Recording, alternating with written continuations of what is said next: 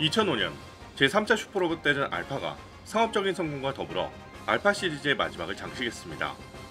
이와 함께 반프레스토는 몇 가지 숙제를 안게 되었는데, 그건 바로 이 성공을 이어나가기 위한 새로운 시리즈의 제작에 착수하는 것과 3차 알파가 상업적으로는 성공했지만 게임의 완성도 면에서 비판을 많이 받았기에 이를 보완해야 한다는 점이었죠.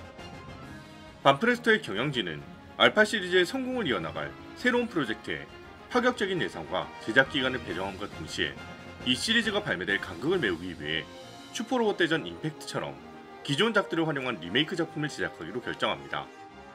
자사의 제작팀인 반프레소프트는 새로운 시리즈의 제작에 올인하도록 하고, 이 작품은 하청 제작 전문 업체로 정평이 나 있는 토세에게 맡기기로 하죠.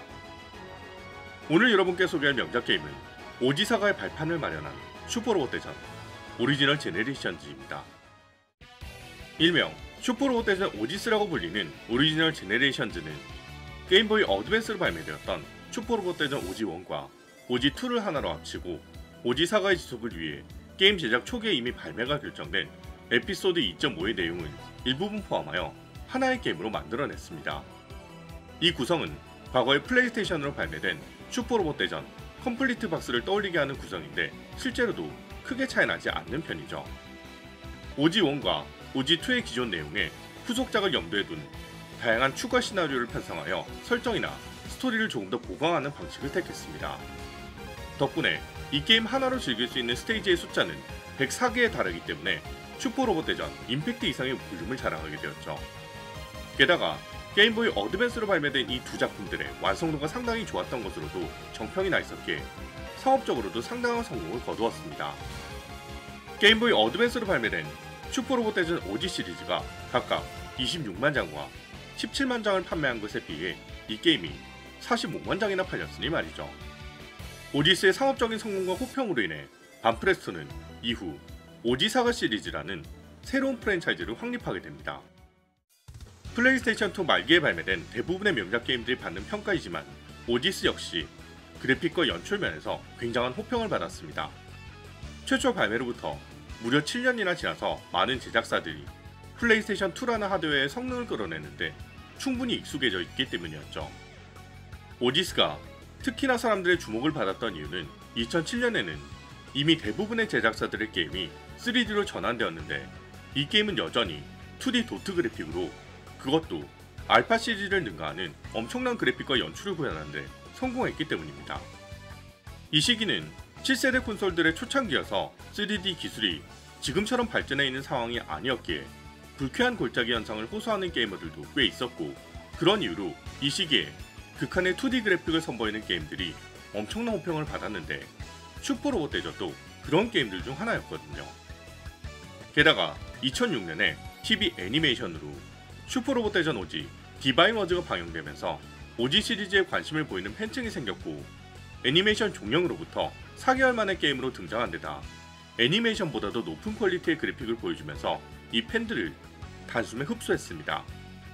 그래서 이 게임으로 슈퍼로봇 대전에 입문하게 된 사람도 꽤 많은 편이고, 덕분에 플레이스테이션2를 대표하는 명작 슈로데 중 하나로 손꼽히게 되죠. 전투 시스템은 이 게임의 원작이라고 할 수 있는 오지 1편과 2편을 따르고 있으며, 여기에 소대 시스템을 개선한 트윈 배틀 시스템을 채택했습니다.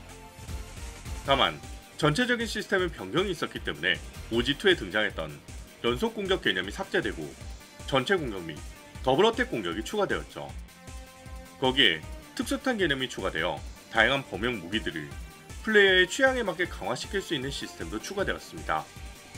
이런 신요소들의 추가로 인해 전체적인 난이도는 게임보이 어드밴스판보다 낮아져서 초심자들이 쉽게 접근할 수 있는 게임이 되었죠. 게임보이 어드밴스판이 사람에 따라서는 난이도가 꽤 어렵게 느껴지는 작품들이었기에 적절한 난이도 조정이라고 할 수 있으며, 그렇다고 해서 마냥 쉽지만은 않은 꽤나 절묘한 밸런스를 유지하게 되어서 게임을 플레이하는 사람들의 만족도 역시 높았습니다. 게임의 매체가 DVD로 바뀌면서 BGM이 대폭 강화된 것도 특징인데, 오지라는 시리즈가 과거작들의 주인공들이 주로 참여하는 만큼 각 캐릭터와 기체들의 전용 BGM이 추가되었고, 슈퍼로봇 대전 MX와 동급 혹은 그 이상의 퀄리티를 자랑하는 곡이 많이 생겼죠.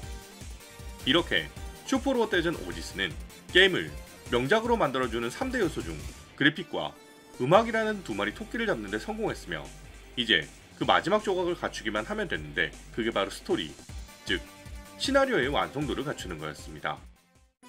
게임보이 어드밴스용 슈퍼로봇 대전 오지는 여러모로 좋은 게임이었지만 시나리오적으로 다소 아쉬운 모습을 보여주었던 게임이었습니다. 이는 오지라는 게임의 기본적인 시나리오 구성 때문이었는데 과거의 슈로드에서 등장했던 오리지널 캐릭터들과 메카닉들을 모아서 기존 게임의 시나리오를 재탕하면서 그 요소들을 새로운 게임으로 재탄생시키는 방식으로 제작되었기 때문이었죠. 오지는 과거의 윙키소프트가 제작했던 DC 전쟁 시리즈, 그러니까 제2, 3, 4차 슈퍼로봇 대전과 F, 그리고 완결편까지의 시나리오를 베이스로 그 외의 슈퍼로봇 대전 시리즈 주인공들의 시나리오를 합치고 그 사이의 공백을 적절히 메운 것이 슈퍼로봇 대전 오지의 시나리오입니다. 몇 개나 되는 시리즈의 주인공 혹은 라이벌로 등장했던 캐릭터들의 특성을 한정된 시나리오 속에서 풀어놓으려고 했으니 각 캐릭터들이 원작에서 보여주었던 특성이나 성격을 제대로 표현하기가 굉장히 까다로웠고 실제로 제대로 구현하지도 못했죠.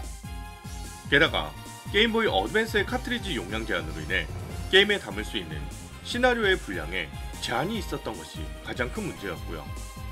특히 게임보이 어드밴스 휴대용 시리즈 중에서도 최고의 히트작이었던 슈퍼로봇 대전 A의 양대 주인공 엑셀과 라미아에 대한 불만이 컸으며 해당 작품의 적세력으로 등장했던 섀도우 미러라는 조직이 이도저도 아닌 애매한 포지션을 취하게 되는 결과로도 이어졌습니다. 오지스에서는 원작자의 부재 및 용량 문제로 제대로 살리지 못했던 부분들을 보완하기 위해 스크립트를 대량으로 추가하고 후속작들을 염두에 둔 새로운 시나리오를 추가하는 등의 조치를 통해 이야기의 개연성을 확보하여 시나리오의 완성도가 더욱 올라가게 되었죠. 그래서 오지스의 시나리오는 사람에 따라 다소 호불호가 갈리긴 하지만 대체적으로 괜찮은 편이라고 평가받고 있습니다. 결과적으로 슈퍼로봇 대전 오지스는 그래픽과 음악, 그리고 시나리오라는 요소까지 잘 잡은 명작 게임에 속한다고 할 수 있습니다. 그러나 과거작들에서 선보였던 요소들을 짜집게 해서 만들어진 게임이라는 특성상 결국 이 게임은 명확한 한계점을 가지고 있기도 하죠. 이건 시나리오의 구성면에서 두드러지게 나타나는데 사실 게임보이 어드밴스용 오지의 시나리오 완성도가 워낙 아쉬운 부분이 많아서 옛날에 비해서 많이 개선됐네 하고 좋게 봐준 면이 많아서 그렇지 오지스가 시나리오가 뛰어난 작품이라고 볼 수는 없습니다. 우선 오지스에서 다루고 있는 1편과 2편의 스토리는 과거 윙키소프트 시절에 발매된 제2차 슈퍼로봇 대전과 제3차 슈퍼로봇 대전의 스토리를 큰 줄기로 삼아서 이후 작품들의 스토리를 첨가해서 버무려낸 비빔밥 같은 존재이기 때문이죠. 이걸 과거작들에서 오마주를 따와서 재해석을 잘한 스토리로 받아들이는 사람도 있겠지만 결국 과거에 성공했던 소스를 재활용했을 뿐이고 사실상 과거의 플레이어들이 경험했던 스토리를 재탕했다고 받아들일 수도 있기 때문입니다. 이 게임의 타이틀은 오리지널 제너레이션이지만 이 게임만의 오리지널 요소라고 할 만한 건 그리 많지 않다는 건 정말 아이러니한 일이죠. 사실 판권작이 등장하지 않는다는 것은 특정 작품의 팬층을 게임 구매까지 이끌기 어렵다는 치명적인 단점이 존재하지만 원작 재현이란 측면을 신경 쓰지 않고 순수하게 재미만을 추구할 수 있다는 점에서는 오히려 장점으로 작용할 수도 있습니다. 그러기 위해서 전에 없었던 새로운 캐릭터들을 자유롭게 창작할 수 있고 그런 캐릭터들이 스토리의 감초로 활약할 수 있는 거고요.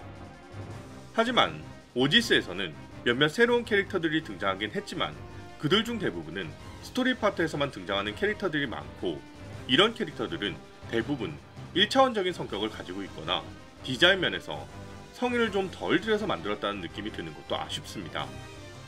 훗날 오지 시리즈들의 인기가 떨어진 이유 중 하나가 매력이 부족한 캐릭터들이 스토리를 진행해 나간다는 점인데 매력적인 새 캐릭터를 등장시키기 편한 오지 시리즈에서 그런 캐릭터들이 많이 등장하지 않는다는 것도 이해가 잘 안 가고요. 물론 오지에서만 등장하는 매력적인 캐릭터도 적지 않지만 이 작품의 인기 캐릭터들은 대부분 타 작품의 주인공들이었다는 점에서 오지에서만 볼 수 있는 매력적인 캐릭터가 부족하거나 일회용으로 소모되는 경우가 많다는 건 개인적으로 조금 아쉬웠습니다. 또한 3차 알파에서 그렇게 욕을 먹었던 게임 내에 숨겨진 모드를 해금하는 방식에 대한 개선이 거의 없었던 건 역시 큰 문제입니다. 게임의 클리어 횟수에 따라 기체의 개조 상한이 풀리는 이 모드는 기존 게임과 다른 색다른 재미를 주는데 그 해금 조건이 너무 거지 같죠. 15단계조의 해금을 위해서는 OG1과 OG2의 시나리오 차트를 모두 채우고 OG 2.5를 포함한 전편의 스페셜 모드를 모두 클리어해야 합니다. 그래서 무조건 EX 하드 모드를 플레이해야 하는데 결과적으로 1과 2, 2.5를 각각 3회씩 9번 클리어해야 한다는 정신나간 요건이죠. 슈퍼로봇 대전 오지스는 OG1이 42화이고 OG2가 50화에 2.5가 12화로 편성되어 있으니 3가지 모드를 3번씩 클리어하려면 최소 312화를 진행해야 한다는 말인데 이건 슈퍼로봇 대전 임팩트를 3번 클리어하는 것보다 더 많은 스테이지입니다. 심지어 OG1과 2는 그렇다 쳐도 OG 외전에 체험판으로 넣어둔 2.5를 3번 클리어하라는 건 솔직히 선 넘은 거죠. 그러니까 이 게임을 플레이해서 15단계조를 해금하신 분들은 메모리 카드를 들고 반프레스토를 찾아가서 내가 이 정도로 게임을 열심히 플레이했으니 취직시켜달라고 할 만한 자격을 갖춘 대단한 분들이라고 할 수 있다는 겁니다.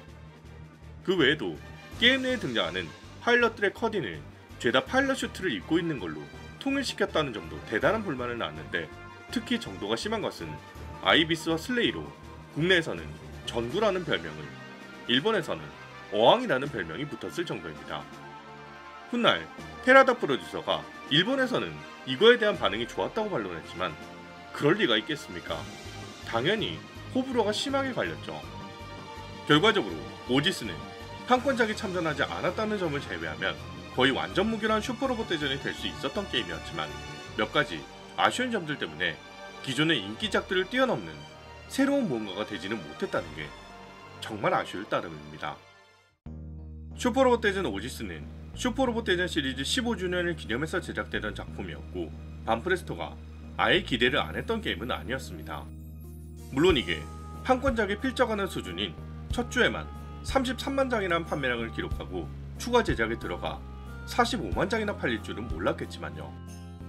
슈퍼로봇 대전 오지스는 꼭 판권작이 아니라 오리지널 캐릭터로만 이루어진 슈퍼로봇 대전도 충분히 경쟁력이 있다는 걸 알려준 작품이었습니다. 게임 내에서 활용된 기본 시스템은 이미 게임보이 어드밴스용으로 발매된 오리지널 제네레이션에서 이미 완성되어 있었으며 그 외의 요소들도 과거작에서 따온 종합 선물 세트 같은 게임이었지만 그게 이 게임의 가치를 폄하할 만한 요소가 되지 못하죠. 슈퍼로봇 대전이라는 게임이 항상 그랬듯 이 게임도 완전한 수준으로 만들어진 마스터피스라고 할 수는 없겠지만 원작의 요소들에 풍부한 볼륨을 더한 잘 어레인지된 리메이크작이자 오지사가라는 기획으로 다양한 후속작들이 제작되게 만들어준 명작 게임이라고 할 수 있겠습니다. 오늘의 명작 게임 리뷰 슈퍼로봇 대전 오리지널 제네레이션즈였습니다.